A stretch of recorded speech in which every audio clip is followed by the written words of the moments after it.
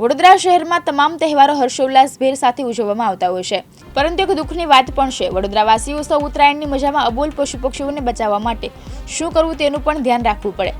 માંજલપુરના શ્રી સાઈ દ્વારકા માઈ charitable trust દ્વારા કરુણા અભિયાન કેન્દ્ર ખોલવામાં આવ્યું હતું। આ સંસ્થા છેલ્લા 20 વર્ષથી કાર્યરત છે।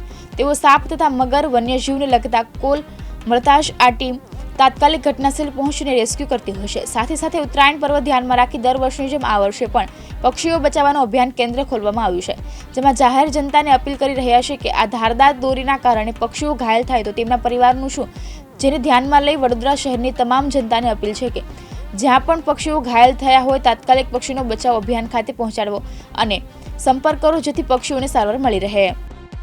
મારું નામ જયેશભાઈ પટેલ છે। શ્રી સાઈ દ્વારકામાઈ ચેરિટેબલ ટ્રસ્ટ અમારી આ સંસ્થા છે। અમે લોકો પાછલા 20 વર્ષથી કાર્યરત છે અને ફોરેસ્ટ ડિપાર્ટમેન્ટ જોડે રહીને અમે આ કેમ્પનું આયોજન કરીએ છીએ। અમે લોકો જે આપણા વિસ્તારની અંદર અમારા જે સંપર્ક છે એમાં જે બી કોઈ અમારો કોન્ટેક્ટ કરે છે કે ફોરેસ્ટ ડિપાર્ટમેન્ટ અમને સંપર્ક આપે છે, એ દ્વારા અમે લોકો પક્ષી ઘવાયેલા હોય છે એને અમારા સેન્ટર પર અમે લાવીએ છીએ। અમે એને પ્રાઇમરી ટ્રીટમેન્ટ આપીએ છીએ।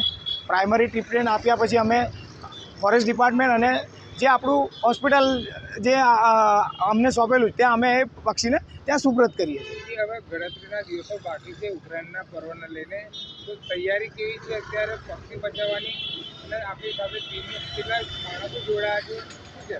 હવે તૈયારીમાં તો આપ જોઈ રહ્યા છો કે અમારું સેન્ટર આવતીકાલથી કાર્યરત છે અને 10 દિવસનું અમારું આ સેન્ટરનું આયોજન છે। 365 દિવસ અમે કામ કરીએ જ છીએ। અમારી જોડે વોલેન્ટરોની ટીમ છે, લગભગ 50 વોલેન્ટરો છે અને અમે બધા સાથે મળીને આ કામ કરીએ। પ્લસ અમે 1962નો અમને સપોર્ટ છે। અમારી જોડે સ્ટેન્ડ બાય 1962 હોય છે। છેલ્લા 5 વર્ષથી અમને એમનો સપોર્ટ હોય છે અને અમારી જોડે અંદર ડૉક્ટર્સો જોડાયેલા છે, એટલા માટે અમે લોકો આ પ્રાઇમરી ટ્રીટમેન્ટ આપીએ છીએ। અને એની જોડે ડિપાર્ટમેન્ટમાં અમે અમારો નંબર આપેલો છે, અમારા 2 થી 3 અમારા મેમ્બર્સોનો આપેલો છે, એ લોકો ડિજિટલ મૂકવાના છે અને અમારો આ પત્રિકા દ્વારા અમે આપને એક મેસેજ આવી છે, એની અંદર અમારા નંબર છે અને લિસ્ટમાં બી જાહેર કરેલા છે।